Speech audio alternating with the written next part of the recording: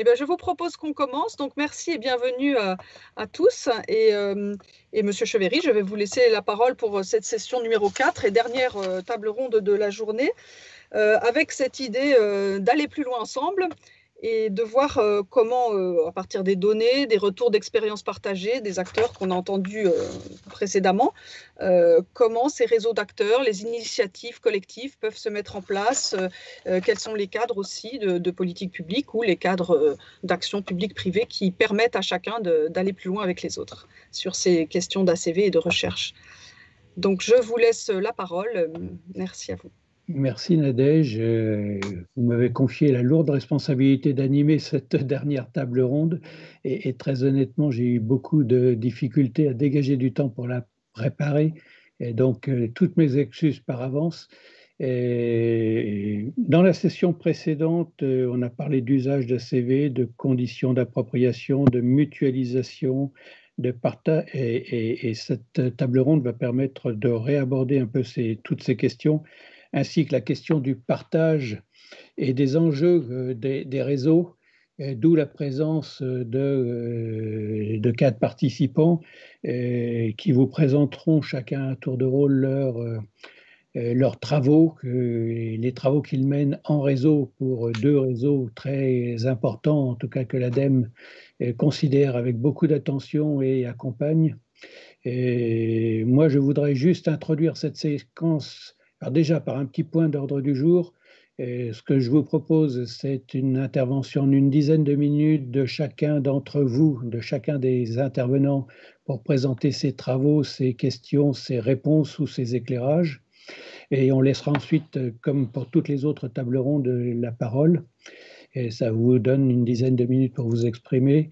Et je vais commencer par moi-même, charité oblige, et en reprécisant peut-être un petit peu à la fois l'implication de l'ADEME dans ce domaine et la façon dont nous situons ces outils nouveaux, ces méthodes, les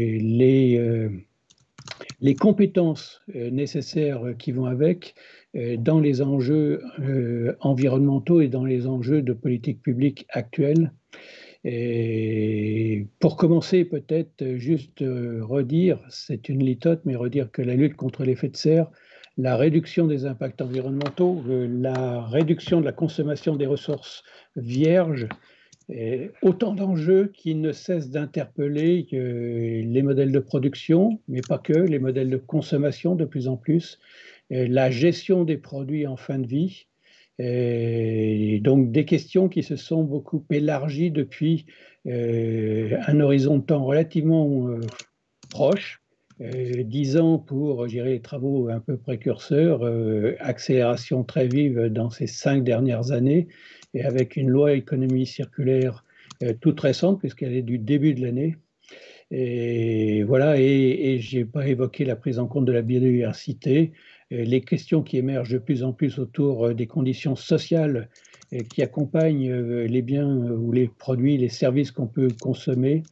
Et bien sûr, crise oblige, le rappel que tout ça s'inscrit dans une activité économique et quelque part la mise ou la remise sur le devant de la scène de la question de la résilience de nos activités au niveau territorial.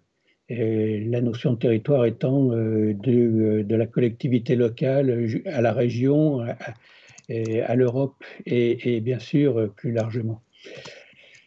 Par rapport à ça, vraiment le message que porte l'ADEME au titre des pouvoirs publics, c'est qu'on n'a pas vraiment d'option pour demain. Et il faut s'engager massivement dans un modèle d'économie circulaire qui reste à inventer, à mettre en place, de réduction de notre empreinte sur tous les thèmes que je viens d'aborder.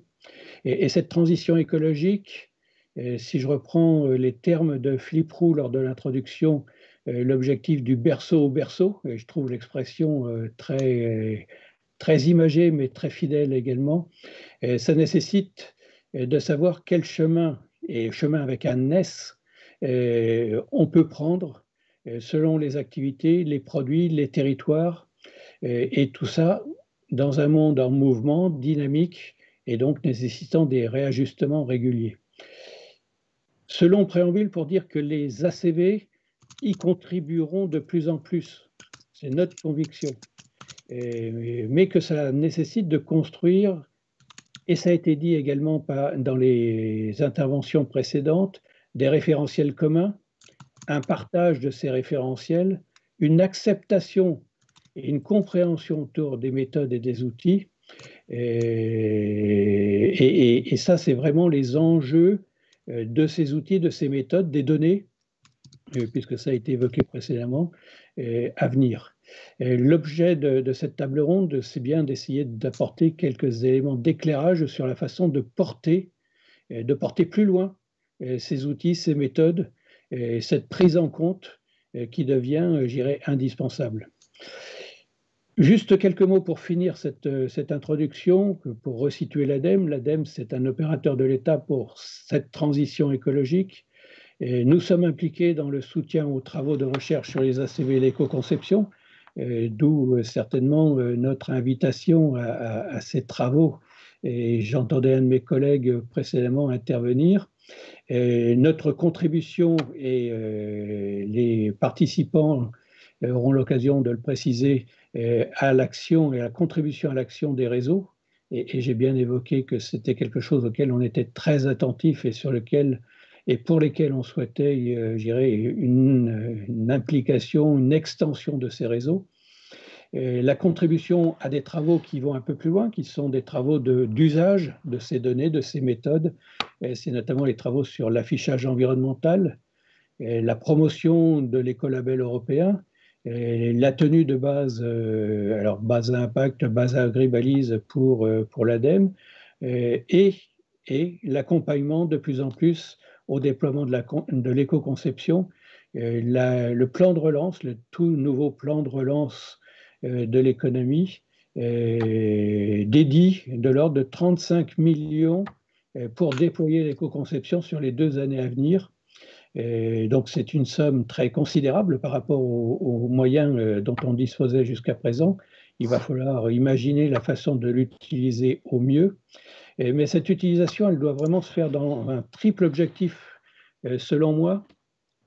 Le premier objectif, alors ces objectifs, il n'y a pas de mystère, vous les avez déjà évoqués. Je me permets simplement de les repréciser. C'est contribuer à éclairer les décisions politiques sur les stratégies d'économie circulaire. Alors quand je parle de stratégie d'économie circulaire, on parle beaucoup de recyclage, mais pas que. C'est l'éco-conception, c'est l'allongement de la durée de vie des produits, c'est le réemploi, c'est la réparation. Autant de stratégies possibles qui ont chacune des impacts et qui méritent d'être mises en perspective les unes par rapport aux autres, comme c'était évoqué. Il n'y a pas forcément de bons choix ou de choix uniques. Nous allons devoir éclairer ces choix et nous allons devoir les éclairer pour la puissance publique, mais aussi pour le deuxième objectif qui est d'accompagner les entreprises dans leur transition environnementale, l'amélioration de leur empreinte, mais également faire en sorte que leur production s'inscrive dans une réduction de l'empreinte sur l'ensemble du cycle de vie, c'est-à-dire pas uniquement la production, mais aussi l'usage des produits qui en est fait derrière. Et ça veut dire que les entreprises vont de plus en plus avoir à communiquer sur les meilleures conditions d'usage. Elles le font déjà, mais à mon avis, c'est l'un des enjeux des années à venir, de révision des modèles économiques, des modèles de distribution et de consommation. Et le dernier point, c'est bien sûr éclairer le choix des consommateurs. Alors quand je parle de consommateur, c'est un consommateur au sens large du terme. C'est aussi bien l'acheteur d'une collectivité, l'acheteur d'une entreprise, que le ménage ou le citoyen que nous sommes et qui à chaque fois est confronté à des choix de consommation, des choix d'achat. Voilà, moi, ce que je voulais dire, peut-être un petit peu en termes d'introduction, avant de passer la parole à nos intervenants. Juste peut-être préciser quelles sont quelques-unes des questions qu'ils pourront éclairer par leur activité, par éventuellement des réponses à ces questions. La première, c'est comment la CV peut-elle éclairer la hiérarchisation des stratégies d'économie circulaire que j'évoquais? La deuxième qui me vient en tête, c'est quelles questions posent les choix de l'unité fonctionnelle, du périmètre d'analyse et quelles sont les évolutions qu'on pourrait attendre dans les années à venir. C'est la question de l'affichage environnemental, c'est les travaux autour des normes européennes. Quelle sensibilité à l'actualisation des données, ça c'est le lien avec la table ronde précédente, et le lien avec la mise en œuvre, parce que pour actualiser les données, on a parlé de transparence, mais ça veut dire aussi des questions en termes de présence de l'outil numérique et d'interfaçage des bases de données sur la composition des produits, sur les impacts environnementaux, sur un certain nombre de données. Et dernière question, et j'en finis vraiment là, quelle prise en compte d'autres impacts dans l'analyse multicritère en vue de cette aide à la décision et pour répondre aux attentes de la société, comment prendre en compte la biodiversité, comment prendre en compte le sol. On parle beaucoup d'extraction de matières premières. J'entends moins souvent parler du sol, qui est pourtant une composante très essentielle.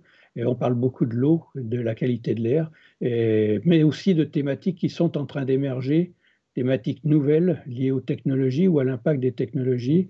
Juste un exemple, ou deux exemples, ce sont les microplastiques, les substances résiduelles dans les produits qui ont été mis en marché par le passé et qui aujourd'hui sont interdits. Si on veut générer une chaîne de recyclage, il va falloir travailler sur l'impact de ces substances résiduelles.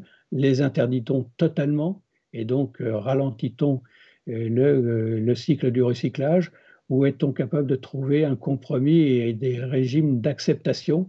Comment éclairer ces décisions? Voilà un petit peu de manière très très vaste, beaucoup de questions que je peux vous poser. Ce que je propose, c'est de passer tout de suite la parole à Franck Agéry pour nous présenter un petit peu ses réflexions et notamment ses travaux sur l'ACV comme outil médiateur, qui est un petit peu en lien avec ce que je viens de présenter. Et je vous proposerai ensuite de donner la parole à Dominique Millet pour présenter les travaux du réseau EcoSD. Et puis, il y a Jade Garcia et Jean-Paul Casales qui interviendront pour présenter SCORE et LCA. Vous verrez que ce sont deux réseaux qui, dans mon esprit, sont complémentaires. Et Jean-Paul qui pourra présenter, je dirais, la vision d'un industriel et la façon dont l'industriel s'inscrit dans tout le panorama que je viens de balayer. Franck, tu veux bien intervenir? Vous m'entendez? C'est oui, bon? C'est bon. Parfait, merci beaucoup. Donc je suis Franck Agéry, professeur de management à Mines ParisTech et co-responsable de la chaire Mines urbaines qui porte sur l'économie circulaire. On mène des travaux notamment sur l'éco-conception. Alors je ne suis pas à proprement parler spécialiste d'ACV, je m'intéresse plutôt à l'usage des instruments d'évaluation environnementale dans la transition écologique, au management de l'éco-conception. Et donc, d'une certaine manière, je m'intéresse aux usages de l'ACV et à ses conditions d'appropriation par différents acteurs, des entreprises ou dans le cadre de politiques publiques. Et donc, d'une certaine manière, quand on s'intéresse à l'appropriation, on ne s'intéresse pas seulement à la question de la rigueur des données ou des résultats, mais aussi à la question de la légitimité. Et au fond, dans quelles conditions l'ACV peut constituer un outil légitime et pertinent pour, par exemple, faire de l'éco-conception, pour éclairer des choix publics. Donc, dans cette perspective, qui a par exemple été bien présentée ce matin par Philippe Ossé, en disant qu'on fait une ACV, la question c'est quel est l'usage, à qui on s'adresse, pour quel objectif.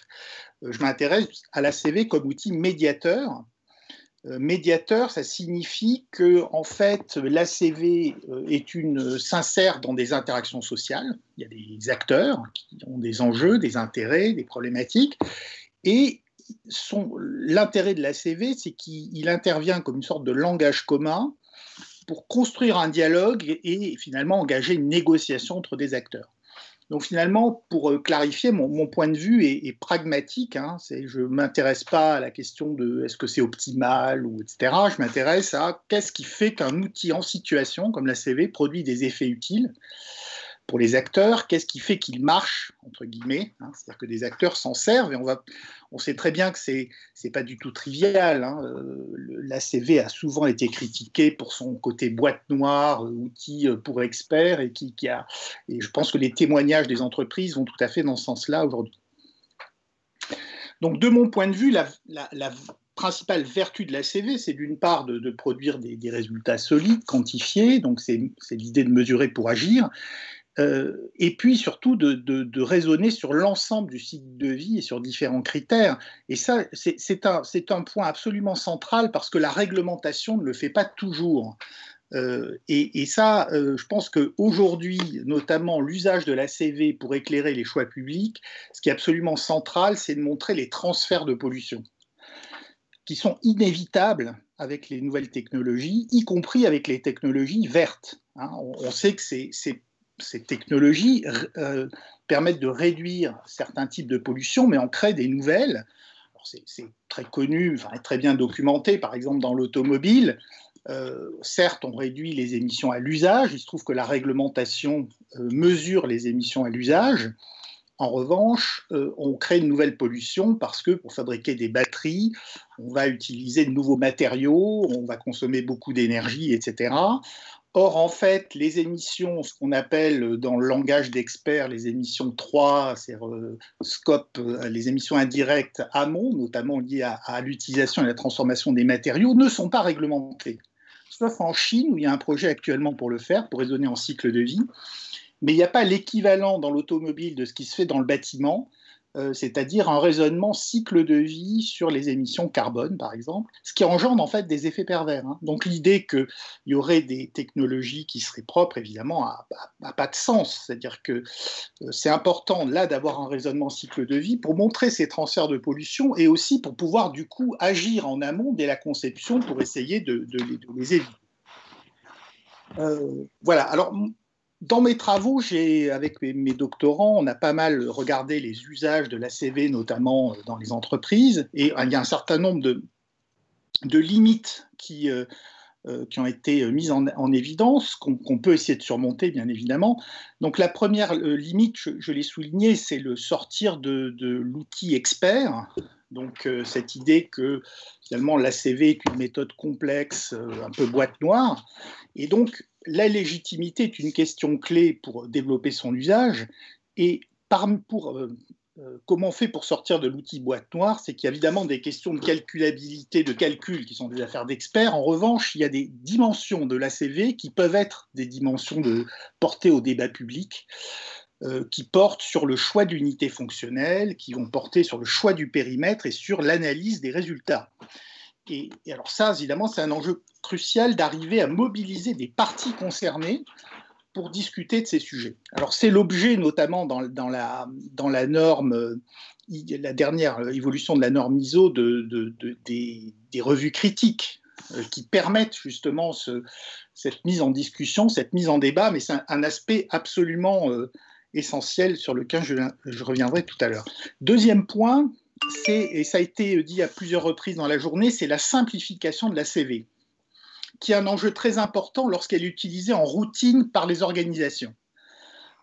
Quand vous faites de l'éco-conception, au début, souvent l'entreprise fait appel à un cabinet extérieur, fait une ACV complète, et c'est long, c'est lourd, mais ça permet d'identifier les grandes masses. Mais ensuite, si elle veut routiniser le processus, c'est-à-dire faire en sorte qu'on utilise l'ACV sur tous les développements de nouveaux produits, par exemple, à ce moment-là, il faut souvent passer à des versions simplifiées qui portent sur quelques paramètres clés pour que les utilisateurs, donc les concepteurs, puissent l'utiliser et qu'effectivement, du coup, on ne parle plus d'éco-conception, mais que ça devienne une forme de routine autour de la conception. Le troisième enjeu, c'est effectivement, ça a été dit aussi, c'est que l'ACV, si on veut avoir des résultats très rigoureux, il faut l'utiliser à la fin. Le problème, c'est qu'à la fin, il est trop tard, on ne peut plus agir sur la conception. Donc l'enjeu, Bruno Peuportier l'a indiqué au début, c'est d'agir en amont. C'est au moment où les marges de manœuvre sont possibles.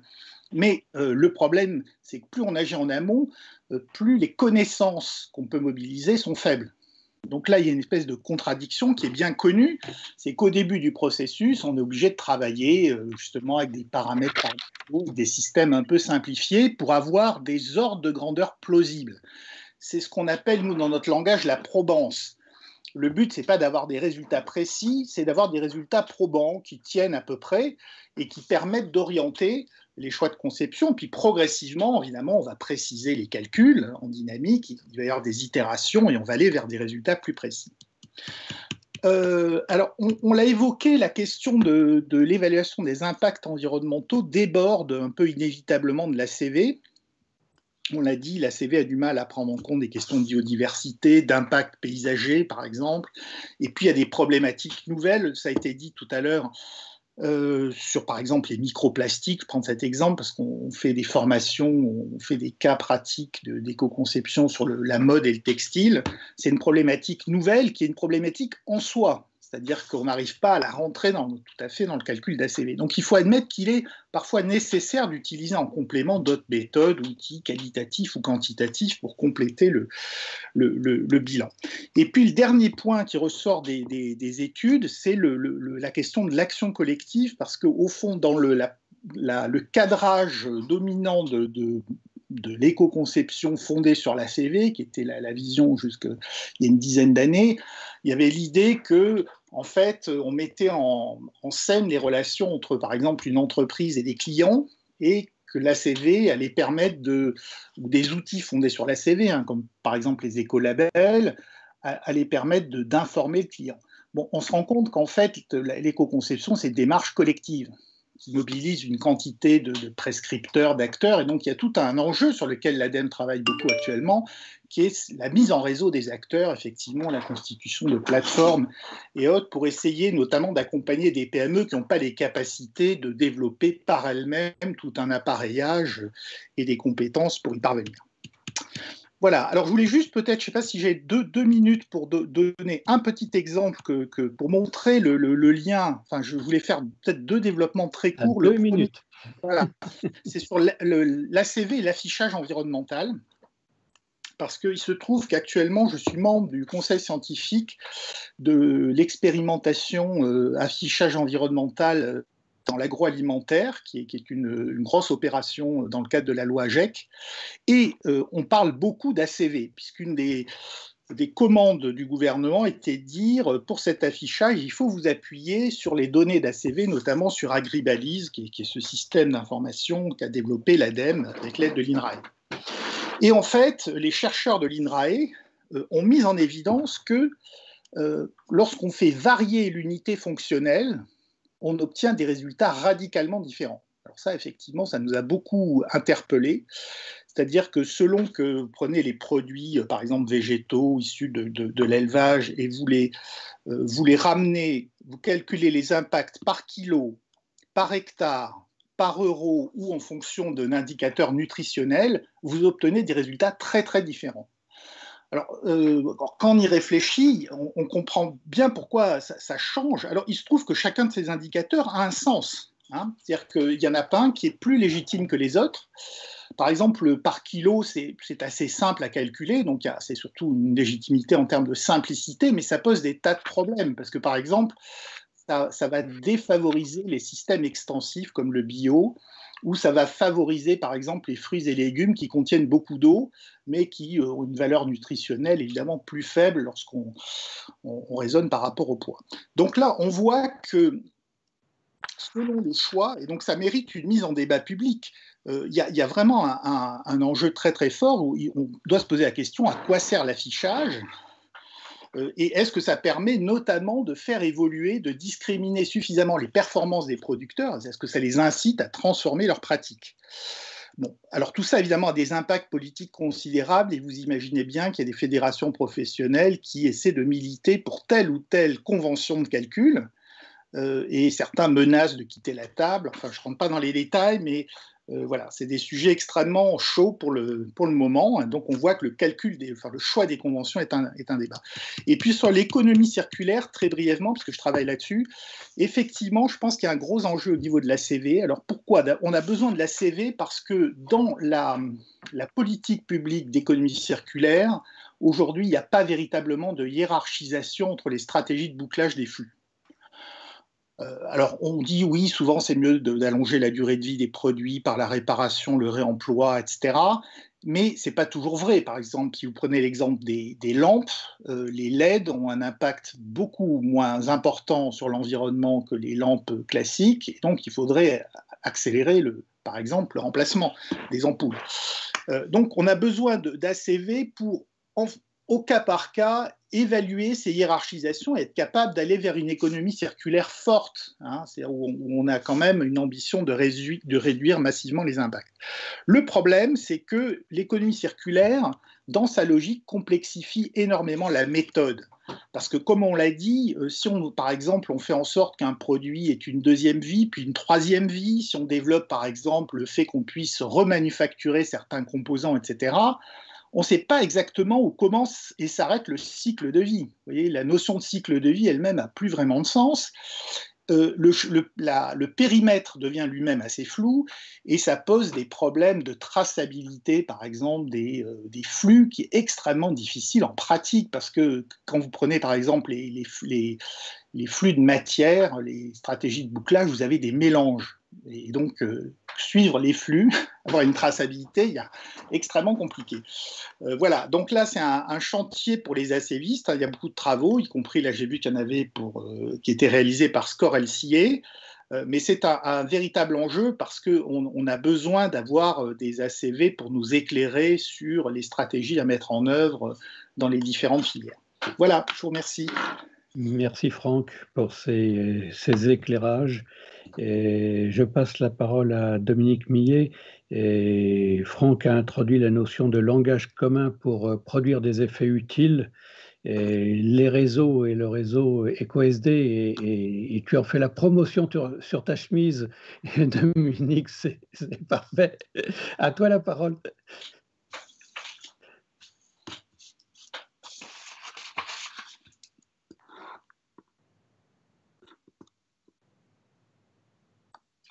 Est-ce que vous voyez l'écran?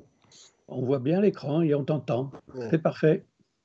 Bien, bonjour à tous. Merci de me passer la parole à cette journée qui est très, très intéressante.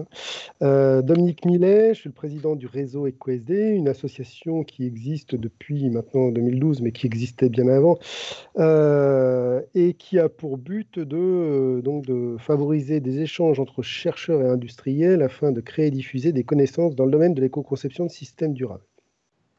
Alors, je vais vous présenter rapidement le réseau et puis un peu nos outputs.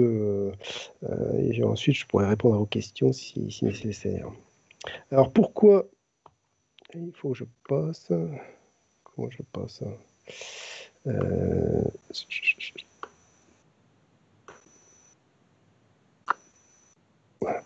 Alors, pourquoi le réseau EcoSD? Pourquoi il s'appelle EcoSD, hein? J'introduis le réseau de cette façon-là parce que ça exprime bien en fait ce à quoi sert le réseau. Alors on a utilisé le mot éco-conception. Pourquoi? Parce qu'on est un réseau qui est orienté vers la transformation des systèmes plus que sur leur observation et évaluation.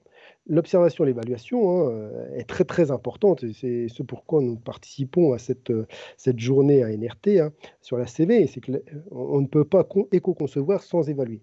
Mais la finalité de notre réseau, elle est d'observer, évaluer pour pouvoir concevoir. Deuxième point, on est centré sur des systèmes parce que ce qu'on souhaite, c'est prendre en compte les différents aspects du système, les différentes facettes du problème, que ce soit des problèmes de biodiversité, d'impact environnemental lié à la couche d'ozone, ou à l'effet de serre, ou à la consommation de matériaux rares. Mais aussi des aspects liés à l'acceptabilité par les consommateurs, à la vendabilité par les producteurs, à la fabricabilité par les producteurs aussi.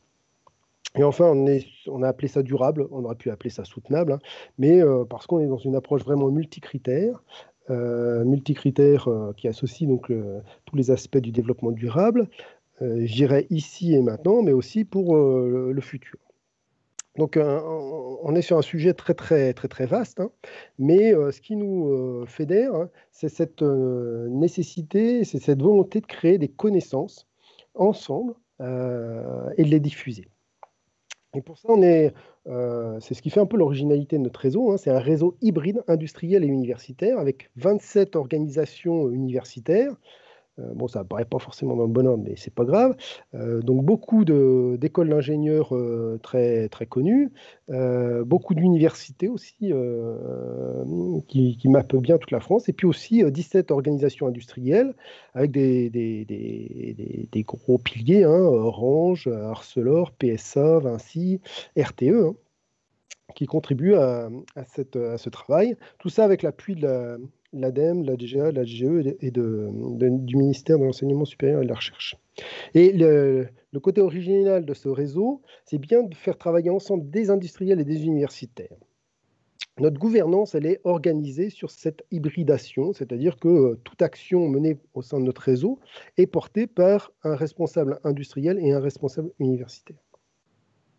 Alors c'est un réseau hybride, comme je le disais, et qui a schématiquement deux pôles. Un pôle où on travaille beaucoup sur l'analyse de cycle de vie et tout ce qui est évaluation environnementale, et puis un autre pôle qui est plus orienté sur je dirais la conception soutenable ou les business soutenables.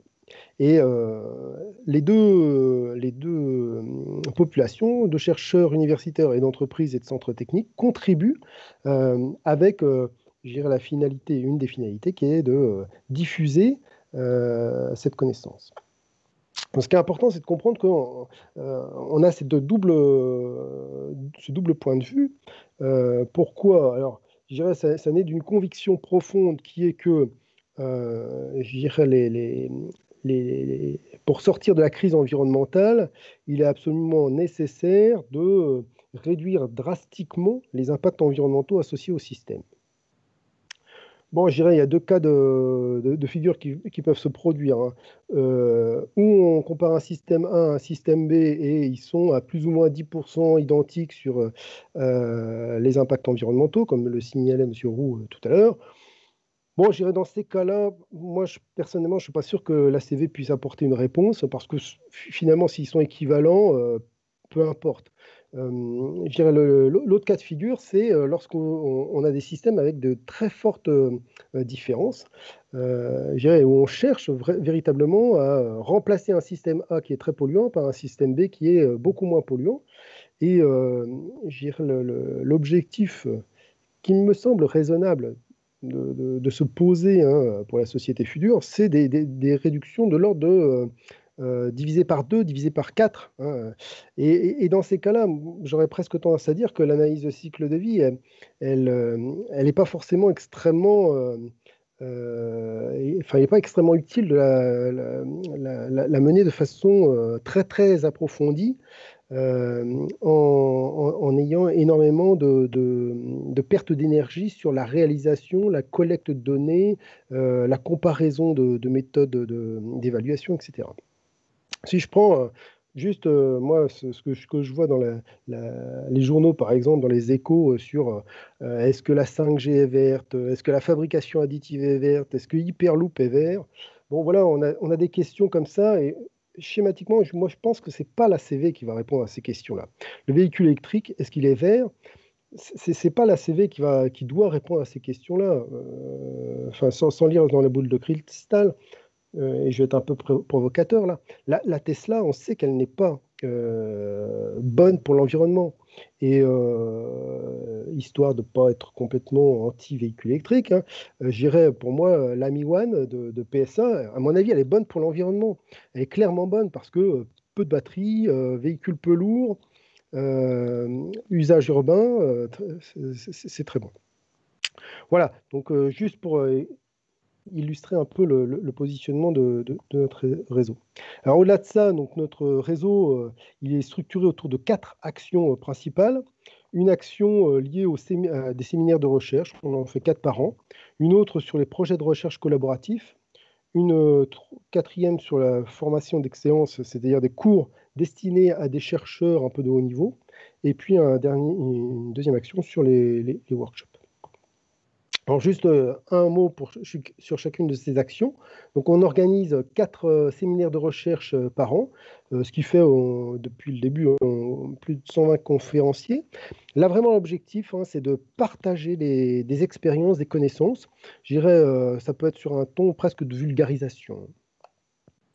La deuxième action, c'est sur des workshops annuels. Alors, on a fait des workshops sur l'ACV conséquentiel, sur la spatialisation des données en ACV, là, en 2017, sur la monétarisation des impacts, sur la criticité des ressources en ACV cette année. Là, c'est vraiment une volonté de notre réseau de transmettre de l'information, de la connaissance, je dirais un cercle beaucoup plus large, sur des thématiques qui nous semblent très très importantes au niveau de notre champ. Hein. Et vous voyez là qu'à la fois on traite des aspects liés à l'ACV, mais aussi d'autres aspects liés à l'éco-conception, la notion de fonctionnalité en éco-conception, l'éco-innovation, les problématiques d'optimisation de l'usage, de l'éco-usage par les utilisateurs. Deuxième action, ils sont pas dans l'ordre, c'est la réalisation de projets de recherche collaboratifs qui associent industriels et universitaires. Et là, par exemple, en 2020, on a lancé quatre projets de recherche. Alors, j'en ai souligné deux là parce qu'ils sont un peu drapeaux. Hein. Un projet de recherche sur la clarification du concept de low-tech, hein, et notamment de comment on va qualifier et évaluer ces low-tech. Et puis, un projet de recherche sur l'intelligence artificielle et les problématiques de sobriété. Et là encore, ça fait appel à des sujets liés à l'évaluation environnementale. Et enfin, dernière action, l'action de formation d'excellence EcoSD. Ce sont quoi ces actions de formation d'excellence? Ce sont des semaines complètes de formation dédiées à des chercheurs, plutôt. Hein, une semaine, une trentaine d'heures, hein, sur une semaine. Ces semaines de formation, elles sont animées par plusieurs entités du réseau. Vous voyez que ça couvre à peu près toutes les grandes écoles et grandes universités de France. Et elle vise à la clarification sur de l'ACV avancé, sur de l'ACV par l'OpenLCA, sur de l'éco-design, sur la fin de vie, et puis sur des aspects business. Et là encore, vous retrouvez en fait ces deux aspects, à la fois ACV, évaluation environnementale, et puis des aspects plus éco-design. Voilà ce que je voulais dire brièvement concernant le réseau EcoSD. J'espère que je n'ai pas été trop long. Non, parfait, mais Dominique, tu as été parfait. Et en tout cas, belle présentation du réseau. Je pense que tu as donné envie à plusieurs participants de le rejoindre. Et moi, ce que je retiens, c'est cette volonté à la fois de création de connaissances, mais aussi de diffusion, création de compétences associées à de la montée en compétences. C'est ce que tu illustres par les cours, et de diffusion au travers des workshops, au travers des séminaires. Et c'est vraiment, pour moi, le cœur de l'extension de ces outils, de la diffusion de ces outils. On a besoin à la fois de personnes qui maîtrisent beaucoup mieux et en même temps de faire connaître. Et je vais laisser la parole à Jade pour compléter par un autre réseau qui fonctionne de manière un peu différente, mais qui a les mêmes enjeux et les mêmes finalités. Jade? Vous m'entendez? De loin. Ah. Est-ce que c'est mieux là? Un peu. Pas mieux? Si, vas-y. Bonjour à tous, Jade Garcia, je suis la directrice de l'association Score LCA que je vais vous présenter. Score LCA, c'est une structure d'études et de recherche sur les méthodes d'évaluation environnementale globale, dont l'ACV. Elle a été créée en 2012 sous l'impulsion de 6 de nos membres industriels, pour répondre à leurs besoins, qui était de créer une structure où ce sont les membres qui décident des sujets qui seront traités, et une structure qui soit adaptée à leurs pratiques, avec des travaux assez courts, qui ne dépassent pas 12 mois, qui leur permet d'avoir des résultats rapidement pour les diffuser et les valoriser en interne et en externe.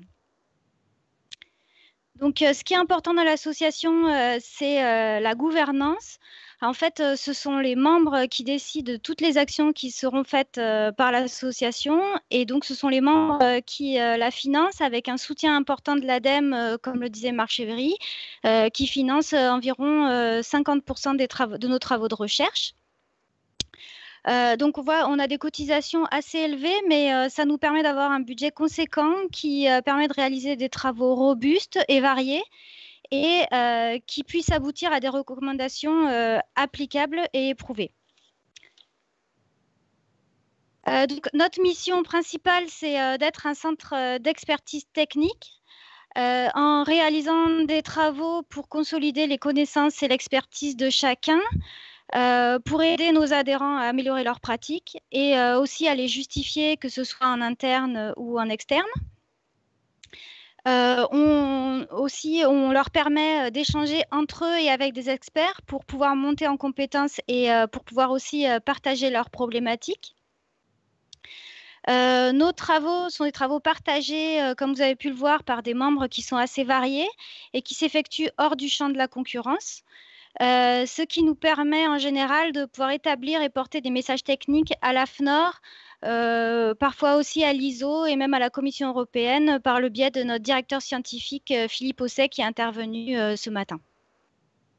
Enfin, ce qui est important pour nous, c'est d'essayer de créer un pont entre la recherche et la pratique en ACV en proposant des recommandations qui soient concrètes et utilisables par tous, et puis de diffuser ces bonnes pratiques vers l'extérieur.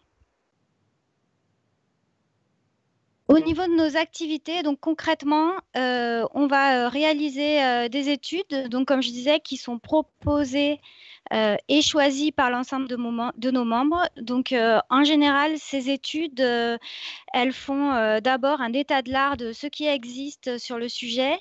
Ensuite, on se pose des questions sur comment on peut faire avec ce qui existe aujourd'hui, comment on peut améliorer ce qui existe à court, moyen et long terme. On fait souvent aussi des cas d'études pour illustrer les améliorations possibles et puis on termine par des recommandations pratiques. Notre objectif aussi, c'est de publier nos résultats, donc notamment sur notre site internet, et puis on intervient régulièrement dans des conférences nationales et internationales qui sont relatives aux questions d'évaluation environnementale. Et enfin, on diffuse les bonnes pratiques. Donc, tous les 2 ans, on organise un séminaire pour présenter nos résultats principaux. Et d'ailleurs, je voulais vous annoncer que notre prochain séminaire se fera le 16 mars 2021 et qui sera 100% numérique. Alors ensuite, au niveau des sujets qu'on aborde, donc depuis la création de notre association en 2012, on a réalisé une quarantaine de projets sur des sujets qui sont assez variés, comme vous pouvez le voir ici, et qui font souvent le lien entre l'ACV et d'autres domaines. Donc, ce qu'on peut voir ici, c'est qu'on a réalisé des études qui étaient plutôt ciblées sur la méthodologie ACV en elle-même et sur ses complexités. Donc, par exemple, on a travaillé sur qu'est-ce que l'ACV conséquentiel et comment on peut l'utiliser et réaliser des ACV conséquentiels. Qu'est-ce que l'ACV simplifié, par exemple, comment prendre en compte les interstituts en ACV, comment prendre en compte la qualité des données. Que faire s'il nous manque des données dans les inventaires de cycle de vie ou essayer de trouver des données. Voilà, ces projets dans le but de faciliter la pratique de cet ACV. Ensuite, on a aussi travaillé sur l'hybridation, donc avec par exemple les méthodes entrée-sortie, les systèmes SIG, la monétarisation ou les méthodes d'aide à la décision multicritère. Donc là, on a regardé l'hybridation entre l'ACV et ses méthodes particulières. On a aussi un focus sur la bioéconomie, les énergies renouvelables. On a travaillé sur comment était prise en compte la biodiversité en ACV. On a aussi regardé d'autres référentiels comme Act for Nature de EPE et le Global Biodiversity Score de la Caisse des comptes, par exemple. On a fait un état de l'art sur l'ACV des biocarburants. On a travaillé aussi sur des sujets liés au changement des sols direct et indirect. On a fait une étude aussi sur la prise en compte du carbone biogénique en ACV. Un axe important pour nous et qui est en montée en puissance aujourd'hui, c'est l'axe sur les ressources. Donc là, on a travaillé sur l'efficacité de l'usage de ces ressources avec les différentes méthodes sur l'empreinte eau, par exemple, l'impact des ressources dans la transition énergétique. Les données disponibles sur, par exemple, les activités minières. Et enfin, on a un axe aussi sur, comme vous voyez en bas à droite, sur l'économie circulaire et la fin de vie, où là, on a travaillé sur la place de l'ACV dans les projets d'économie circulaire. On a travaillé aussi sur l'évaluation des boucles courtes et longues avec l'ACV, des travaux plus larges sur l'ACV social ou la place de l'ACV dans la finance durable, aussi le life cycle cost. Voilà, toutes ces études, elles répondent aux besoins qui sont posés par nos membres et elles contribuent à l'amélioration de leurs pratiques. Et puis, je voulais juste finir sur notre programme à venir. Donc, on aborde aujourd'hui des questions un peu plus ciblées sur le carbone, par exemple, avec la neutralité carbone et ce que peut apporter l'ACV à ces démarches. Un focus aussi sur l'aspect temporel de l'indicateur changement climatique avec l'aspect ACV dynamique sur l'indicateur changement climatique. On continue sur notre axe sur les ressources avec un projet sur les méthodes innovantes de comptabilisation des ressources. Et puis, je vous laisse voir toutes nos études en prévision de cette prochaine année. Et puis, je vais laisser la parole à notre président, Jean-Paul Cazalet, pour qu'il nous donne un peu les atouts de notre association vus par un industriel. Jean-Paul, tu as la parole, puisque Jade a pris mon rôle. Pardon. Merci beaucoup. Avant de parler de score, je vais essayer de vous dire comment on utilise l'ACV chez Total. C'est ce qui sera une manière indirecte de répondre à la question de Marc au début. C'est comment on l'utilise aussi en matière d'économie circulaire, etc., dans un groupe comme Total. Donc, pour le détail, je suis délégué environnement du groupe Total et je coordonne notamment l'ACV et puis je suis président de SCORE, comme Jade l'a dit. Alors, chez Total, en gros, les principaux usages de l'ACV, c'est quelque chose qui commence, l'ACV commence à devenir de plus en plus prégnant et de plus en plus utilisé. Et dans tous les cas, ce qui est nécessaire, c'est que l'ACV, pour nous, doit répondre à une question pratique. Alors, donc, très pratiquement, l'ACV, on l'utilise en stratégie. En stratégie, à quel niveau? On publie tous les ans un index d'intensité carbone qui reflète l'évolution de notre mix énergétique, donc de toutes nos ventes, les ventes des produits énergétiques du groupe, et donc et qui permet de voir comment le développement de nos produits a une incidence sur l'intensité carbone. Cet index, il est calculé cradle to grave sur l'ensemble du cycle de vie des produits. Et on est en train d'envisager l'extension de cet index-là, enfin de ce calcul-là, à d'autres indicateurs environnementaux, notamment un indicateur écosystème, notamment l'impact sur la qualité de l'air, etc. Donc, ici aussi, cradle to grave sur l'ensemble de notre portefeuille de produits. Donc, ça doit refléter cet indicateur-là, pris en charge par la direction générale, doit refléter l'évolution de notre mix, l'impact environnemental de l'évolution de notre mix. Ça, c'est la première chose. Nous avons par ailleurs, depuis une dizaine d'années, un programme d'éco-conception dans le groupe et de labellisation environnementale de produits, un programme qui s'appelle Total Éco-Solutions, qui porte sur l'ensemble des gammes de produits du groupe.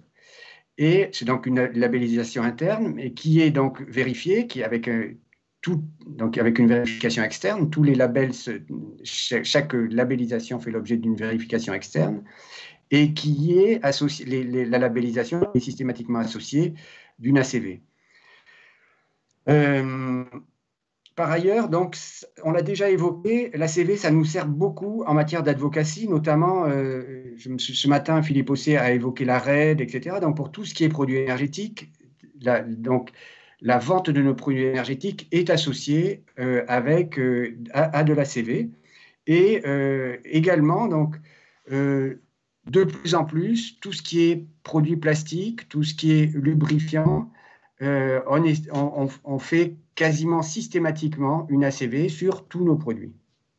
sur tous nos grands produits en tout cas, mais de plus en plus même sur des petits produits comme les lubrifiants avec des gammes, toutes les gammes de lubrifiants passent par le crible de l'ACV. Et puis, depuis déjà quelques années, mais avec un développement récent, une organisation récente qui s'est mise en place, on a développé une équipe ACV spécifiquement pour la R&D, donc avec 6 personnes. Tous les projets de R&D passeront au crible donc d'une analyse de cycle de vie. Tous les projets de R&D du groupe. Donc ça, c'est comment on travaille l'ACV à l'intérieur du groupe. Pour ce qui concerne nos partenariats en matière de R&D, donc on participe au sein du groupe à plusieurs initiatives. Tout d'abord, on a une collaboration assez ancienne avec le CIREC, qui est la chaire ACV, internationale ACV de Polytechnique Montréal, dont nous sommes membres depuis 2000, donc qui fait des recherches assez fondamentale à l'analyse de cycle de vie. Donc ça, on est un membre constant depuis maintenant une vingtaine d'années, quoi. Ensuite, on fait partie aussi d'un groupement qui s'appelle l'OGCI, Oil and Gas Climate Initiative, qui regroupe tous les majors du pétrole et du gaz, donc Aramco, Exxon, Chinese Petroleum, BP, Shell, et puis nous-mêmes. Donc, il y a une vingtaine de membres. Et donc, il y a un volet analyse de cycle de vie qui est porté par Imperial College. Et donc, nous travaillons sur ce volet-là. L'objectif de ce volet, donc l'Imperial College, c'est à Londres, évidemment. L'objectif de ce chantier est double. Il est d'élaborer un modèle donc qui permettrait de modéliser toutes les formes de production d'huile, de gaz, de charbon dans le monde et les émissions associées. Et donc, les membres de l'OGCI se sont engagés à injecter des données procédés, des données terrain, dans ce modèle-là. Donc, c'est à la fois un modèle énergétique et puis aussi des bases de données qui sont alimentées par l'ensemble des membres de l'OGCI. Donc, c'est un gros chantier. Et puis, enfin, en France, depuis la fondation, donc, on travaille avec SCORE LCA. On est membre depuis 2012. Alors, pourquoi on a choisi d'être membre de SCORE? Et qu'est-ce qui nous motive dans SCORE? Tout d'abord, il y a Romain Mugéo l'a évoqué tout à l'heure. SCORE, pour nous, parce que c'est à l'origine, c'est un rassemblement d'industriels assez informel, comme ça, avant que ça se formalise, que ça trouve un nom, etc. C'était un rassemblement d'industriels, d'assez gros industriels français qui partageaient, qui discutaient un peu entre eux, et avec l'ADEME, donc avec Olivier Rétoré. Donc, c'est une espèce de patte qui a pris au fur et à mesure, comme ça, au fur et à mesure, et qui a décidé de se regrouper dans une association qui porterait des projets de recherche avec qui nous permet d'avoir des réponses aux questions que les industriels se posent dans un temps relativement court, dans un temps d'industriels et non pas dans un temps de chercheurs, puisqu'on était par ailleurs, le temps des chercheurs, on l'avait déjà, nous, pour ce qui nous concernait, en tout cas, au CIREC, mais là, on avait besoin de réponses qui soient des réponses assez pratiques, des réponses techniques aux questions qu'on se posait, avec un délai de maximum 1 an qui nous permettait de coller aussi à l'actualité et éventuellement d'anticiper les questions auxquelles on serait soumis. Et donc, c'est comme ça que SCORE est né, dans l'idée, donc, comme le disait Romain Mugéo tout à l'heure, il a parlé d'écosystème ACV. Eh bien, pour nous, c'était ça. C'était essayer de faire un écosystème ACV de manière assez informulée au début, sans savoir exactement quelles pourraient en être les retombées, etc. Et on va voir comment quelles sont les retombées chez nous aujourd'hui. Tout d'abord, bon, donc je l'ai dit, ça répondait à ces questions très pratiques d'irriguer une culture ACV. Au-delà de l'analyse de cycle de vie, c'est d'une pensée ACV entre les entreprises, d'avoir du partage et de pouvoir diffuser aussi dans nos entreprises, de pouvoir diffuser ce savoir-là, le répandre à travers, donc puisque Jade l'a mentionné, sur chaque étude, il y a des webinaires qui sont réalisés. Nous, chez Total, il doit y avoir une 50aine de personnes qui participent aux études, qui assistent au webinaire, à chaque webinaire en fonction de leur qui assistent au workshop. Il y a une veille mensuelle qui est réalisée. Et tout ça nous permet d'irriguer en interne la culture ACV et la pensée ACV. Donc ça, c'est pour l'interne. Et puis également, on a parlé donc de partage de connaissances. Donc ça, c'est essentiel pour nous d'être en communication avec des industriels, de voir quelles sont leurs problématiques et d'avoir également, ça c'est quand même très très important, d'avoir autour de table l'ADEME qui nous permet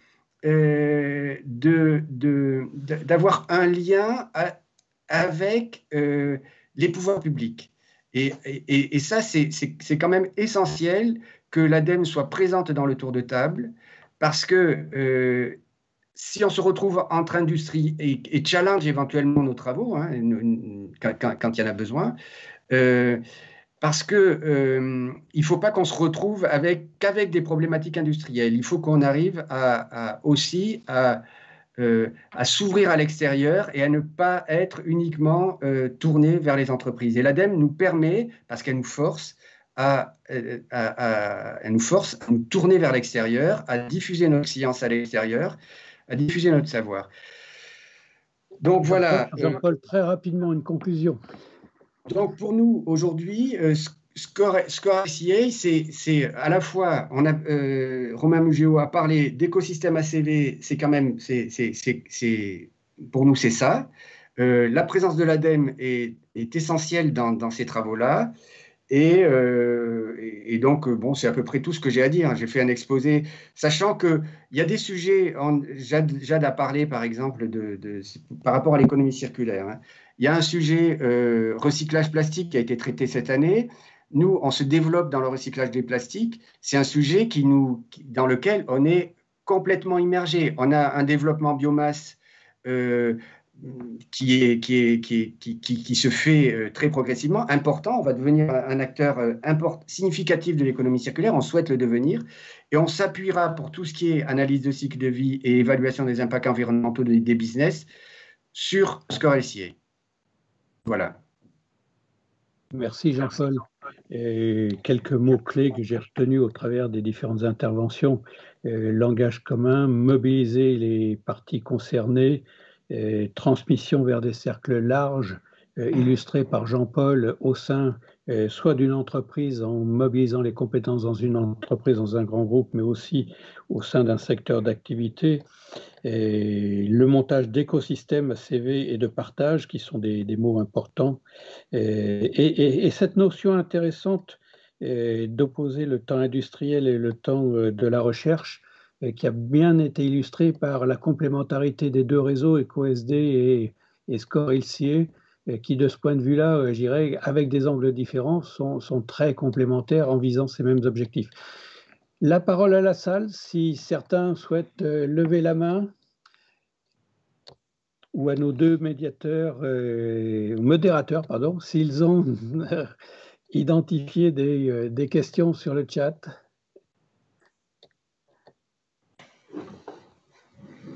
Oui, alors sur le chat, il n'y a pas beaucoup de questions, mais pas mal de commentaires, surtout des commentaires sur les questions que l'on peut poser à l'ACV, à quoi sert l'ACV, à quelles questions elle peut répondre, notamment avec l'exemple de Dominique Millet sur la voiture électrique qui a fait réagir la salle. Voilà, il ne s'agit pas de dire qu'une technologie est verte dans l'absolu, mais voilà, l'ACV est utilisé dans un usage comparatif essentiellement. Donc, je ne sais pas s'il y a des gens qui veulent réagir par rapport à ça. Moi, je voulais juste compléter un peu parce que c'est la phrase que je donne à mes étudiants tous les ans en leur disant « et rien n'est bon pour l'environnement ». Et c'est effectivement celle que je viens d'utiliser. Mais peu importe. Alors, ce que je voulais dire par là, c'est qu'il y a des systèmes, enfin, ce que l'on cherche en fait, c'est à trouver des systèmes industriels qui nous fassent aller vers un mieux dans la résolution de cette crise environnementale. Et moi, ce que je sens, c'est que les systèmes qui nous permettent d'aller vers un mieux, voilà, c'est du facteur 2, du facteur 4. Et ce facteur 2, facteur 4, moi, ça fait quand même quelques dizaines d'années que j'expérimente ça. Et on peut faire de la substitution de matière, régler, mais ce n'est pas ça qui va nous faire régler le problème. Ce qui va nous faire trouver des solutions, c'est la modification d'usage, la modification de pratique par l'utilisateur. C'est la modification de chaîne de valeur intégrant d'autres acteurs, des recycleurs, des remanufactureurs, des réparateurs, peut-être d'autres choses encore. Hein. Et tout ça, ça nécessite, je dirais, des grandes modifications, je dirais, du système production-consommation, on va dire. Et tout ça, c'est très, très impactant et ça nécessite finalement l'accord de tous pour pouvoir faire en sorte que ça puisse exister. Et donc, il y a une problématique d'intégration de toutes ces parties prenantes dans cette recherche d'amélioration qui, moi, je le constate depuis des années, hein, qui va à l'encontre de cette communication via l'analyse de cycle de vie. L'analyse de cycle de vie, à partir du moment où vous le posez au centre, elle empêche en fait les parties prenantes de s'entendre. Et enfin, moi, je suis un pratiquant à l'analyse de cycle de vie, donc je suis favorable, je ne voudrais pas que ce soit mal compris, je suis favorable à cet outil-là. Il apporte des réponses qu'aucun autre outil ne peut apporter. Mais dans cette dynamique de recherche d'amélioration environnementale, dans cette dynamique même de résolution par les innovations, ce que je disais tout à l'heure, la 5G, la fabrication additive, les matériaux biosources, etc. Tout ça, ça peut être des solutions. Mais pour que ça puisse être mis en œuvre correctement, il faut l'adhésion de l'ensemble des parties prenantes pour que ça se traduise en chaîne de valeur opérationnelle et acceptée. Franck, tu veux réagir ? Puisque le sens de ton discours était sur la médiation, justement. Oui, ben justement, moi je pense que ça peut être effectivement utile, l'ACV, comme outil de médiation, notamment par sa dimension cycle de vie, c'est ce que j'indiquais, parce que moi ce qui me frappe beaucoup en travaillant avec des entreprises, c'est les entreprises souvent sont des bons élèves, hein, c'est-à-dire qu'ils n'ont pas forcément des stratégies cachées, ils cherchent à optimiser les critères en fonction desquels ils se sentent jugés. Donc par exemple la réglementation. Or, si la réglementation n'est pas sur le cycle de vie, il y a toute une partie des impacts qui ne va pas être prise en compte. Alors je vous donne 2 exemples concrets. J'ai donné l'exemple de l'automobile. J'ai une doctorante qui travaille actuellement chez Renault sur la prise en compte des impacts environnementaux liés aux matériaux. Et notamment, c'est justement parce que ça fait partie de ces zones grises qui sont aujourd'hui pas intégrées dans le raisonnement de l'entreprise. Et c'est un vrai problème parce que les impacts sont très très importants. Par exemple, ils utilisent massivement des métaux critiques et stratégiques. Et si on prend les projections, il va y avoir des problèmes d'approvisionnement, des impacts environnementaux très élevés. Donc, il faut qu'ils se posent des questions là-dessus. Or, pour l'instant, la réglementation ne les y incite pas beaucoup. Alors, de ce point de vue-là, il y avait un sujet intéressant. J'avais travaillé un peu sur le secteur de la construction, le passage de la RT 2012, vous savez, à la RT de 2020, c'est-à-dire où avant on s'intéressait uniquement aux impacts sur la phase d'usage des bâtiments, on regardait les kilowattheures par mètre carré par an, puis maintenant on commence à regarder aussi l'empreinte carbone sur l'ensemble du cycle de vie. Et ça a changé les stratégies de conception, parce que tout d'un coup, les constructeurs, en faisant des calculs, se sont rendus compte que sur les bâtiments très isolés, 50% des émissions venaient des matériaux. Donc, ils se sont dit, si on veut réduire l'impact carbone, il faut agir sur les matériaux. Donc là, vous voyez que quand vous changez la règle du jeu, quand vous prenez en compte des émissions sur l'ensemble du cycle de vie, ça a des effets concrets sur les stratégies des acteurs. Donc c'est pour ça que c'est très important, à mon avis, c'est l'idée de transfert de pollution. L'outil est médiateur au sens où il peut rendre visible, les outils rendent visibles certaines choses, et d'autres, par contre, sont invisibles. Donc, c'est important, d'une part, l'ACV pour rendre visibles certains transferts de pollution et essayer de se poser la question sur comment agir pour les éviter.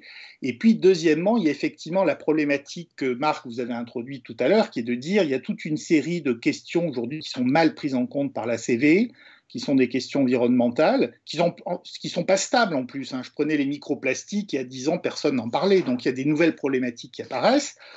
Les sols, la biodiversité, etc., qui sont parfois très, très importants. Dans l'exemple tout à l'heure que je mentionnais sur l'affichage environnemental dans l'agroalimentaire, la crainte aujourd'hui des fédérations du bio, c'est de dire on avait construit une image très positive dans le public autour du bio, en disant le bio c'est bon pour la santé, c'est bon pour l'environnement. Or, les études d'impact environnemental montrent que c'est pas si clair que ça. Donc, ils sont très ennuyés. Ils disent c'est problématique parce qu'en fait, notre gros avantage qui est sur la biodiversité est mal modélisé dans l'ACV. Donc, ça ne nous convient pas. Voilà. Donc, effectivement, la médiation, c'est important, mais il y a aussi des chantiers pour la recherche pour essayer de mieux intégrer cette inversion. Ce que je retiens, ce qui est convergent entre vos deux approches, c'est d'une part que l'outil ACV est très puissant, mais que cette puissance peut cacher la réalité des réponses à apporter. C'est un peu ce que je comprends dans l'expression de Franck au travers de la rupture. Si on veut créer des ruptures, c'est pas en regardant chaque microsystème ou autre.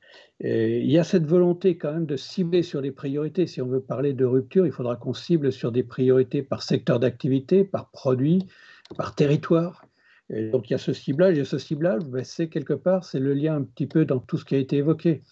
C'est la façon d'arriver à simplifier ces outils extrêmement puissants que vous maîtrisez, mais que le consommateur, que l'industriel de base, que l'artisan ne maîtrise pas, et ils n'en ont pas la capacité.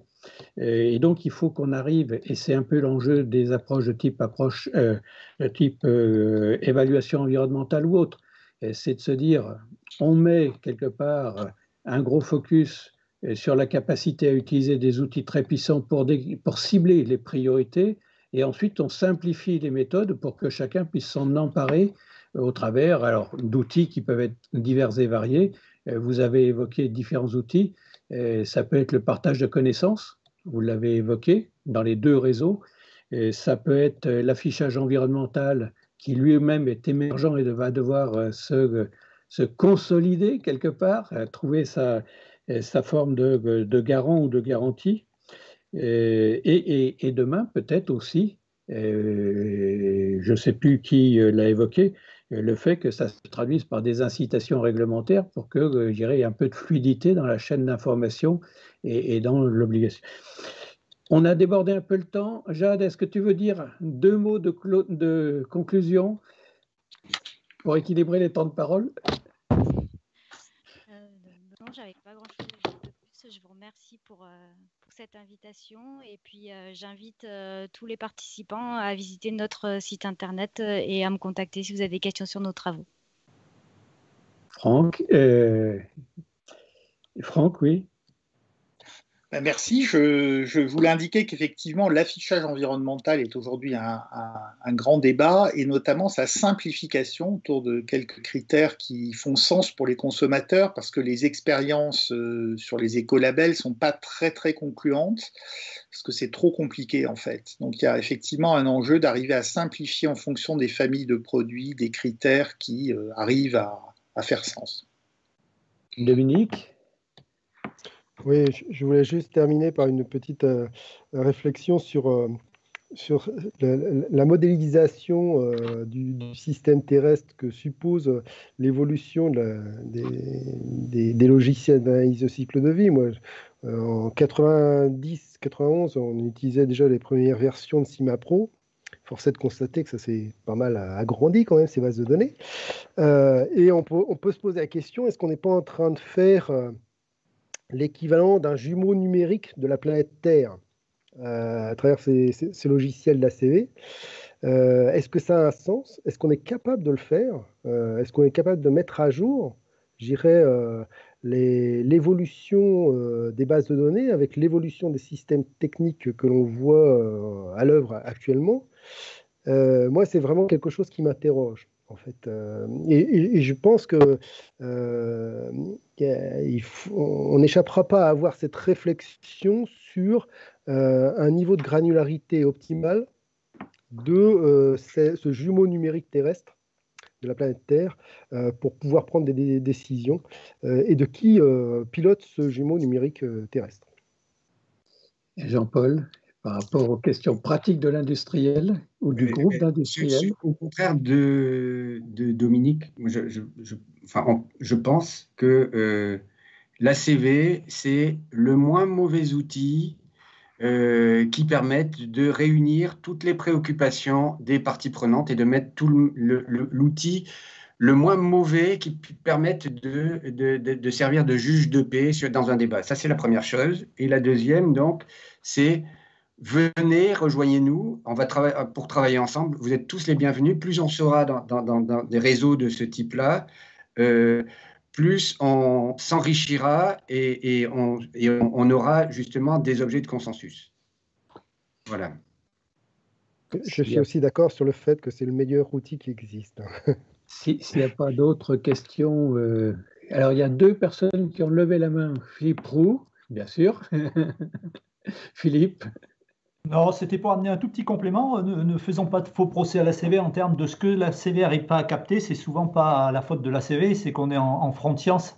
Donc prenons par exemple les plastiques, les microplastiques dans les océans.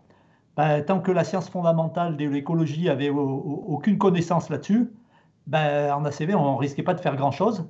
Et à partir du moment où on a un numéro spécial de la lettre d'information de la chaire sur les plastiques dans les milieux aquatiques, à partir du moment où ces connaissances ont été produites, l'ACV s'en empare et les traduit en indicateurs opérationnels, mais il y a toujours un petit temps de décalage entre la science fondamentale qui va mettre 3, 4, 5 ans à s'approprier une question et l'ACV derrière qui... Mais la question des plastiques, la question des sols, c'est tant qu'il n'y a pas de consensus scientifique dans les sciences fondamentales, l'ACV elle est impuissante pour faire un indicateur consensuel sur la chose. C'était juste cette petite précision que je voulais faire. Merci. Merci Philippe. Désolé d'avoir un petit peu débordé, mais du coup, je te laisse la parole pour la conclusion, ainsi que Nadège. Merci beaucoup. C'était vraiment tout à fait riche et on voit qu'on sait faire en effet beaucoup de choses. Ça nous a donné beaucoup de points de repère, je crois, sur ce qu'on sait faire et aussi sur ce qu'on ne fait pas encore bien pour ces raisons de front de sciences. Et il y a aussi des fronts de sciences appliquées, on le voit bien, et que ce qu'on fait bien ou ce qu'on fera mieux, probablement au fur et à mesure, on le fera plutôt ensemble parce que là encore, les périmètres s'étendent, les cycles se rebouclent, etc. Et c'est tout ça qu'il nous faut arriver à mieux saisir probablement par le partage et la poursuite des travaux collectifs. Je crois, Philippe, que la conclusion, on va maintenant la laisser à Laurence Milaï-Canals, si ça vous convient, pour arriver à la fin de cette journée. Laurence, est-ce que vous êtes là? Oui, tout à fait. Oui. Bonsoir, bienvenue, bonsoir. Merci de votre présence. Merci de prendre maintenant la parole pour nous donner votre vision aussi sur l'ensemble des enjeux qui ont été abordés sur cette question de l'analyse de cycle de vie et des perspectives et travaux à venir.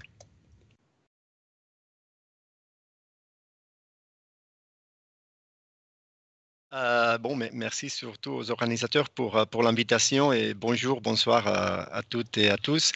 Alors oui, pour clore les colloques aujourd'hui, je vais vous parler rapidement des perspectives que nous voyons pour l'ACV depuis les programmes des Nations Unies pour l'environnement, les PNUE ou les l'UNEP probablement, je vais dire plus souvent en anglais. Alors oui, en fait, d'abord je m'excuse pour les diapos en anglais, mais bon, j'espère que vous pourrez suivre et au cas où, n'hésitez pas à m'interrompre. En tout cas, bon, pour une perspective internationale, voici un accent international. Voilà. Bon, comme cadre, je vous propose l'agenda 2030 comme pour les cadres de la discussion, puisque c'est l'agenda international pour parler du développement durable. Nous verrons tout d'abord en quoi la pensée en cycle de vie est importante pour l'agenda développement durable. Puis je vous parlerai de quelques-uns des projets depuis lesquels nous appliquons l'ACV sur les domaines du développement durable. Et j'ai réservé une diapo à la fin aussi pour commencer une discussion sur la façon dont vous pouvez vous engager avec nous aussi dans cette entreprise importante.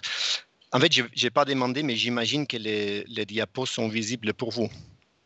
J'ai commencé avec mon... Tout à fait. Parfait. Parfait. Merci. Alors, on y va. Je suppose que vous connaissez déjà très bien les objectifs de développement durable. Les approches du cycle de vie sont bien pertinentes dans des domaines, dans beaucoup de domaines. On peut la gestion de l'énergie, la gestion des produits chimiques, la gestion de l'efficace ou l'utilisation efficace des ressources. Tout cela concerne beaucoup des ODD, des objectifs de développement durable. Évidemment, l'objectif 12 sur la consommation et la production responsable, les objectifs 7, 13 sur l'énergie, les changements climatiques. En fait, on voit aussi les approches du cycle de vie qui ont été explicitement mentionnées dans l'Assemblée des Nations Unies pour l'environnement en 2016 sur cette résolution qui demandait aussi les approches du cycle de vie pour gérer les ressources. Et aussi, on les voit explicitement mentionnés dans les ODD 12.4 qui utilisent les termes pour désigner une gestion responsable des produits chimiques tout au long de leur cycle de vie.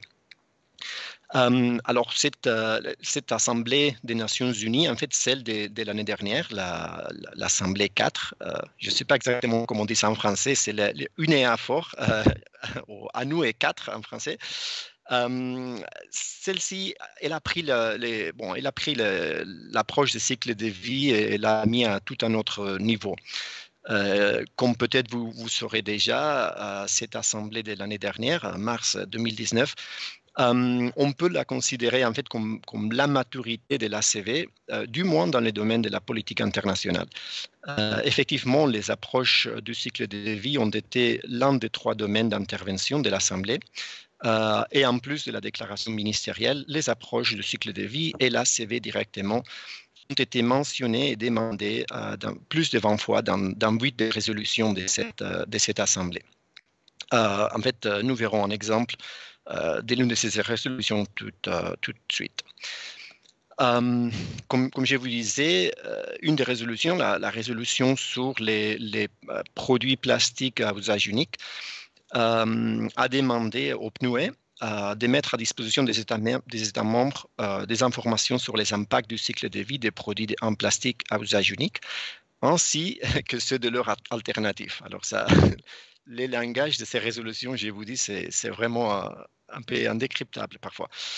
Mais bon, l'idée, c'était d'avoir cette information sur tous les cycles de vie pour comparer les produits et mettre cette information à disposition afin d'orienter les décisions politiques. Alors, le Programme des Nations Unies pour l'environnement, par le biais de l'initiative sur le cycle de vie, a travaillé sur plusieurs rapports sur des produits spécifiques, notamment des sacs à provisions, des bouteilles de boissons, des emballages alimentaires importés, des couches, des produits d'hygiène féminine, pour en nommer quelques-uns.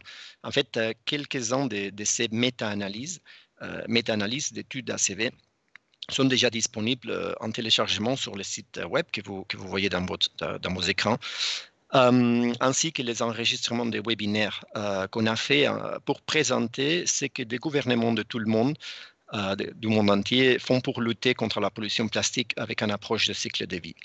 Alors, tout cela, je pense que ça met aussi un point pratique sur l'application de l'ACV pour informer les politiques publiques. Mais au PNUE, évidemment, nous ne sommes pas seulement intéressés par l'évaluation des sacs en plastique.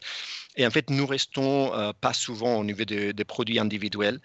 Dernièrement, en fait, on a partagé entre l'initiative de Life Cycle Initiative, on s'est mis à travailler ensemble avec les réseaux One Planet et l'International Resource Channel pour développer cet outil pour visualiser les empreintes environnementales des nations, ce qu'on appelle le SCP HAT. Ces données peuvent être analysées et examinées pour fournir une analyse factuelle des domaines et secteurs à fort impact au sein des économies nationales, qui offrent également des opportunités à fort impact pour éclairer la conception et la mise en œuvre des stratégies nationales des consommations et productions durables. Et tout ça fondé sur la science. Alors, c'est peut-être les points qu'on voyait dans la dernière conversation, comment prioriser dans des secteurs toutes les actions qu'on peut faire à grande échelle. Alors, cette SCP HAT est une application en ligne. Vous le voyez aussi, la page web, vous pouvez y aller et jouer avec les données. Et ça alimente l'analyse des performances environnementales et socio-économiques des 171 pays au cours des 25 dernières années. Et ça offre des preuves empiriques des points chauds, les hotspots, où les pratiques de consommation et production non durables peuvent être particulièrement répandues. Alors, ici, on voit comment amener les résultats de la SCP HAT au niveau mondial nous permet d'évaluer la contribution de chacun des secteurs économiques aux indicateurs. Ici, on vous montre, bon, c'est probablement pas facile à voir dans vos écrans, mais on voit les contributions aux crises climatiques, la crise nature, aux biodiversité. Et bon, on a choisi aussi un indicateur pollution de l'air pour voir un peu la contribution de chaque secteur. Et bon, évidemment, on voit les secteurs alimentaires un peu répartis, mais qui sont bien sûr un des points chauds dans l'économie. Nous pouvons aussi ensuite utiliser ces chiffres de la SCP HAT pour fournir un profil d'empreinte dans chaque pays, ce qui nous aide à guider les stratégies nationales sur l'économie verte ou les plans de relèvement post-pandémie, par exemple, ou par exemple, en fait, comme cela a été fait en Colombie, afin d'informer le renforcement des contributions déterminées à niveau national, les CDN, pour l'accord de Paris, avec des stratégies plus larges de consommation et production durable ou d'économie circulaire, par exemple. Nous avons aussi récemment lancé un projet financé par la Commission européenne pour aider les petites et moyennes entreprises africaines du secteur textile à appliquer l'éco-innovation ainsi que des outils comme l'empreinte environnementale du produit, les PEF, on en a parlé pas mal aussi pendant la journée aujourd'hui, afin d'informer sur des modèles économiques durables et d'accéder aussi au marché européen. Les liens que vous avez vous mènera à un appel en cours à des partenaires dans la région. Alors, au cas où vous connaissez quelqu'un qui pourrait être intéressé, s'il vous plaît, parlez-leur de ces projets en texte. Bon. On a alors vu que l'importance des approches de cycle de vie pour le développement durable, l'agenda 2030, tout cela a conduit le PNUE à lancer en 2002, il y a presque 20 ans, l'initiative du cycle de vie, the Life Cycle Initiative, dont j'espère que la plupart d'entre vous déjà connaissez. Permettez-moi alors de vous présenter très brièvement l'initiative et ses domaines de programme avant de clore cette intervention, même si quelques-unes de nos projets ont été cités déjà pendant la journée. Alors, l'initiative de cycle de vie est un partenariat multipartite lancé en 2002, comme je vous disais, pour permettre l'utilisation mondiale des connaissances sur les cycles de vie pour éclairer la prise de décision et l'élaboration des politiques.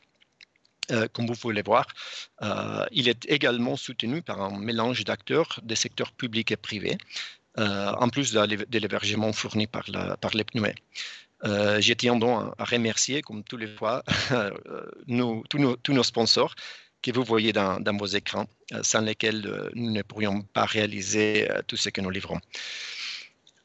Notre vision est que nous pouvons contribuer à atteindre les objectifs de développement durable plus rapidement et plus efficacement en ciblant les principaux facteurs d'impact et en abordant les compromis potentiels avec l'approche de cycle de vie. Pour ce faire, nous travaillons dans 3 programmes principaux. D'abord, en concernant les conseils techniques et politiques, vous avez déjà vu quelques exemples où nous intégrons l'utilisation de la réflexion sur le cycle de vie dans les projets que j'ai cités jusqu'au présent, dans des domaines de décision et d'élaboration des politiques pour le développement durable, montrant des impacts positifs sur la réalisation des objectifs de l'agenda 2030. Tout cela, bien sûr, à travers des partenariats, parce que bon, on est que les experts en ACV, si vous voulez, mais après, il nous faut tous ceux qui vont appliquer les connaissances. Deuxièmement, nous développons également des capacités en ACV en formant des décideurs politiques, les décideurs commerciaux et les praticiens de l'ACV sur les façons dont les connaissances du cycle de vie peuvent être utilisées au mieux pour améliorer l'efficacité des décisions politiques en faveur du développement durable. Et dernier point, c'est qu'on a vu pas mal aujourd'hui aussi, tout cela doit être ancré dans une solide connaissance du cycle de vie. Et pour cela, nous visons à offrir une plateforme informative sur le cycle de vie pour accéder à toutes les bases de données ACV dans le monde d'une manière interopérable, ainsi qu'une bibliothèque des facteurs d'impact recommandés liés par un système de nomenclature mondiale. Alors, grâce à cette plateforme, ça a l'air grand, mais grâce à cette plateforme, nous fournissons également un soutien à ceux qui développent des bases de données nationales d'ACV avec un service d'assistance technique. Nous avons déjà entendu lors de la table ronde sur les données les besoins exprimés par les collègues de Michelin, par exemple, et d'autres, sur la comparabilité des données et des analyses d'impact. Bon, ce sont ces problèmes clés qu'on en fait essaie de résoudre. Alors, cette diapositive, en fait, c'est surtout pour montrer certains des éléments de cette plateforme, des connaissances sur le cycle de vie, et pour fournir les liens qui sont importants pour 3 sites web interdépendants, les sites du GLAD, la Global LCA Data Access, le Lifecycle Initiative, évidemment, et le Helpdesk de la Lifecycle Initiative. En fait, il y a quelques mois, nous avons lancé le réseau Global LCA Data Access, ou GLAD, en abrégé. Avec GLAD, nous visons à contribuer à une amélioration radicale de l'accessibilité et l'interopérabilité des données. J'espère que vous connaîtrez pour l'essayer lorsque vous recherchez, trouvez, comparez, convertissez et téléchargez des données. Alors, on a déjà la majorité des bases de données mondiales, en fait, dans le plan que vous voyez ici dans vos écrans. Les bulles qu'on y voit dans la carte indiquent le nombre de données disponibles pour chaque pays. La majorité, comme je vous disais, des bases de données est déjà connectée. Et vous voyez la bulle française qui éclate. C'est surtout grâce à la grande contribution de l'ADEME et ses nombreux partenaires d'Agrivalis dans ces sujets. Alors, bon, cocorico et félicitations à vous. Et bien sûr, l'essentiel est d'assurer aussi que les connaissances peuvent être utilisées par beaucoup. Et pour cela, nous avons déployé des efforts significatifs dans le développement des capacités dans le monde, notamment par le biais des modules d'apprentissage en ligne pour fournir une introduction des bases aux pensées en cycle de vie. C'est surtout pour aider tous les acteurs à mieux comprendre les outils ACV. Ce n'est pas pour faire des experts. Pour cela, je pense que beaucoup d'entre vous êtes déjà pris sur les domaines. Ici, c'est surtout pour donner une idée initiale. Alors, bon, j'espère que ça va vous aider. Les cours plus introductoires, c'est aussi en français. C'est disponible en français. Tous les autres, comme vous voyez, sont disponibles en plusieurs langues. Et bon, là, pour clore finalement, aujourd'hui, vous êtes nombreux en provenance du monde scientifique et industriel. Il y a beaucoup de possibilités de collaborer avec nous vers cette vision d'un monde où les décisions clés sont soutenues par l'ACV. Alors, nous avons besoin des bouts. Par exemple, pour soutenir le partage des données ou encore pour améliorer les recommandations internationales pour des méthodes d'évaluation d'impact. Nous avons aussi des opportunités pour que le secteur industriel puisse tester les nouvelles approches pour les domaines de l'ACV social ou l'ACV social pour les organisations et les produits, ou encore pour piloter les stratégies business sur les ODD à travers de la pensée en cycle de vie. Alors, le monde a besoin de vos exemples d'application d'ACV pour se concentrer sur les actions qui ont vraiment du sens et qui feront une vraie différence. Alors, s'il vous plaît, partagez-les. On peut aussi vous aider à les partager avec le monde. Et c'est clair, évidemment, que nous avons aussi également besoin d'un soutien financier supplémentaire pour réaliser notre vision. Donc, si vous pensez avoir ce qu'il faut pour être présente parmi les honorables sponsors de l'initiative de cycle de vie, s'il vous plaît, rentrez en contact. Je serai ravi de parler avec vous. Merci beaucoup et désolé si j'ai pris un peu plus de temps, mais j'espère que cela vous intéresse. Merci beaucoup, Laurence. Tout à fait, pas long du tout. On voit bien qu'à cette échelle, on peut apporter beaucoup de réponses aussi aux questions qui ont été posées tout le long de la journée. Donc, cette plateforme et votre appel seront, on l'espère, entendus et mis à profit par l'ensemble des acteurs qui ont participé à la journée. Donc, je crois que, je ne sais pas s'il y a peut-être quelques questions qui seraient issues de votre conclusion, votre présentation. Alors, en main levée, oui, Philippe, je crois que Philippe, à vous de prendre la parole pour peut-être poser une question ou conclure. Non, je ne vois pas de question. Non, j'avais levé la main tout à l'heure, mais elle était toujours levée. Alors, je vais la baisser, c'était de tout à l'heure. Eh bien, dans ce cas-là, je crois qu'on va clôturer notre journée en remerciant très chaleureusement l'ensemble des personnes. Alors, je vois que des questions ont été posées sur, d'une part, la mise à disposition des présentations. Ça, je le répète, on pourra le faire, bien sûr, sur la page dédiée au colloque sur le site de l'ANRT. L'ensemble, la retransmission de la journée, disons, le replay ou l'enregistrement, on est en train d'étudier dans quelles conditions ce sera possible. Donc, on va faire au mieux et bien sûr, on vous tiendra au courant. Si c'est le cas, ce sera mis en ligne aussi. Et puis, n'hésitez pas si vous avez d'autres questions, soit pour l'ensemble de la journée d'accès à l'information, soit adressées aux intervenants. On pourra aussi vous orienter si vous ne le faites pas directement vers eux. Voilà. Philippe, je vous laisse le dernier mot, à Clarisse peut-être aussi, pour remercier et saluer l'ensemble des personnes et rappeler que nos travaux vont continuer. On continuera à l'ANRT de réfléchir à cette question. On prépare la suite de notre réflexion collective qui sera ouverte à nos membres et bien sûr aux partenaires qui souhaitent rejoindre. Merci à tous. Merci donc à la NRT de nous avoir invités à collaborer à ce colloque. Et je pense que ce qui est intéressant dans ce type de colloque, c'est que c'est un colloque qui n'est pas dans le microcosme ACV. Il s'ouvre à travers l'association ANRT à de nombreuses personnes qui sont intéressées par ces questions de transition environnementale. Et du coup, je pense que c'est maintenant ce qu'il va falloir faire, c'est que l'ACV sorte un petit peu des colloques hyper spécialisés d'ACV et rentre dans une diffusion beaucoup plus large comme nous l'avons fait aujourd'hui. Et je vous en remercie.